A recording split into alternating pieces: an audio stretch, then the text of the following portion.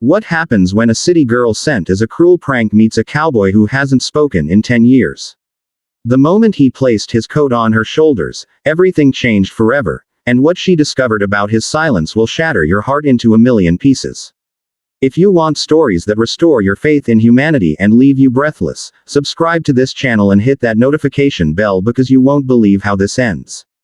Morgan Davis stepped off the bus onto the dusty road leading to Clearwater Ranch with mascara-stained cheeks and a suitcase held together by duct tape, completely unaware that her so-called friends back in Manhattan had sent her here as the punchline to their cruelest joke yet. A fake wellness retreat, booking at what they knew was actually a working cattle ranch in the middle of Montana, where they expected her to fail spectacularly and provide them with social media content for weeks.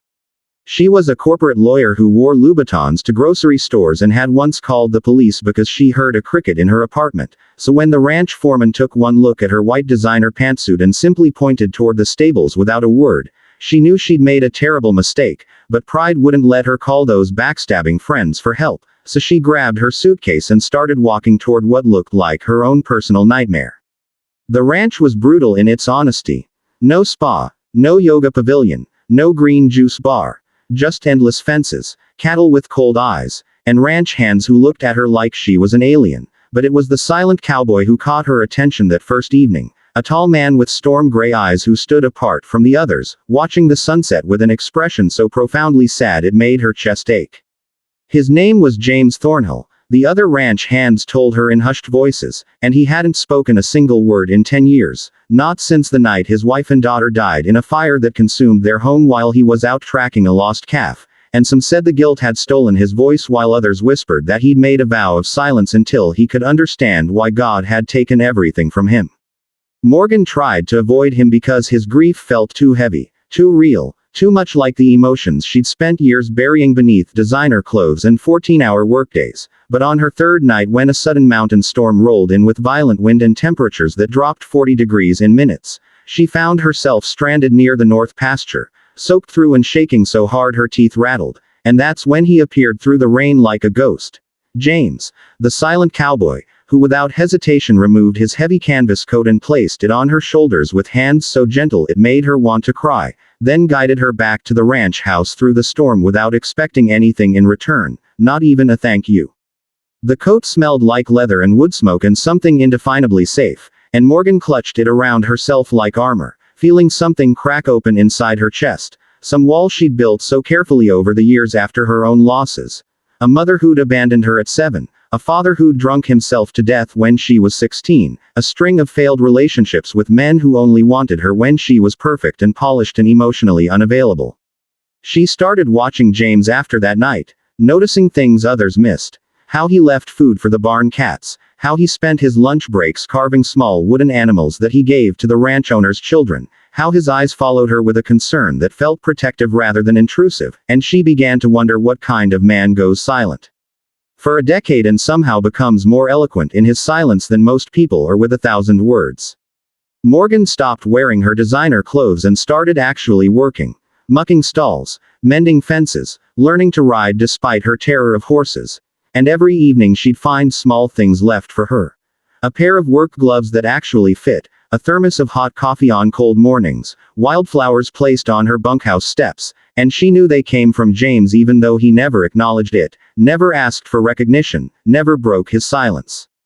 3 weeks into her stay, she discovered the truth about why she'd been sent here when her phone finally got signal and she saw the group chat where her friends were disappointed she hadn't quit immediately, hadn't provided them with the humiliation content they'd wanted, and the betrayal hit her so hard she walked out to the canyon edge where she'd seen James go sometimes and just stood there crying angry tears about every person who'd ever treated her like a joke, like someone disposable, like someone not worth genuine love.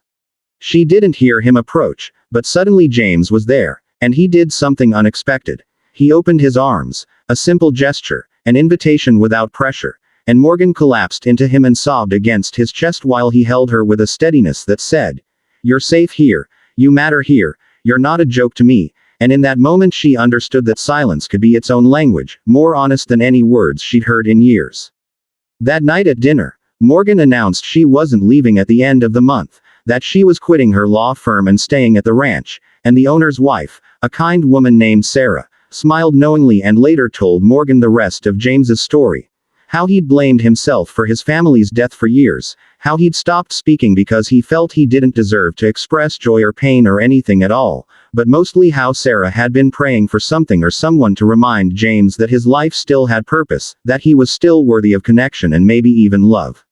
Morgan began leaving things for James too, books she thought he'd like, sketches she'd drawn of the ranch, notes with quotes and thoughts since he couldn't or wouldn't respond verbally. And their relationship became this strange, beautiful dance of silent communication, of understanding through gestures and glances and presence rather than words, until the night everything changed during the annual town dance that the ranch hands attended every autumn.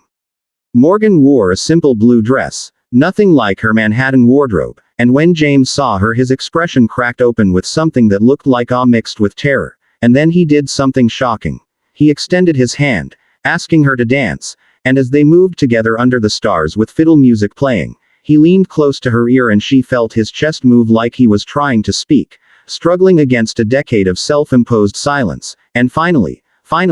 in a voice rough from disuse, he whispered, "You saved me," and Morgan pulled back to look at his face where tears were streaming down his weathered cheeks, and she whispered back, "No, you saved me first." The words opened a floodgate, and James began to speak, haltingly at first, then faster, telling her about his wife Emma and daughter Lily, about the guilt that had crushed him, about watching Morgan arrive at the ranch and seeing in her lost expression the same broken grief he carried, about how helping her had given him a reason to feel again, to want again, to believe that maybe redemption was possible even for someone like him who'd failed to save the people he loved most. He told her that her friends who'd sent her here as a joke had accidentally orchestrated a miracle because in trying to humiliate her they'd brought her to the exact place she needed to be, to the exact person who could understand her pain without judgment, and Morgan realized that sometimes the cruelest intentions can't stop the universe from creating something beautiful, that sometimes being broken is the only way to find someone who knows how to handle your sharp edges without cutting themselves. Morgan called those Manhattan friends one final time, not with anger but with pity, and told them that their joke had given her the greatest gift of her life, that she'd found more authenticity in 3 months at a Montana ranch than in 32 years of chasing their approval, and then she blocked their numbers and never looked back.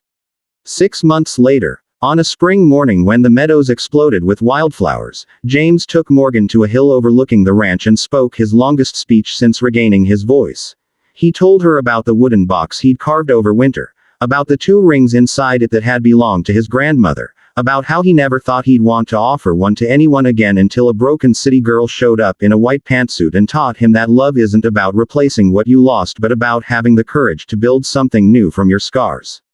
Morgan said yes before he could even finish asking, and when he placed that coat, the same one from the storm, around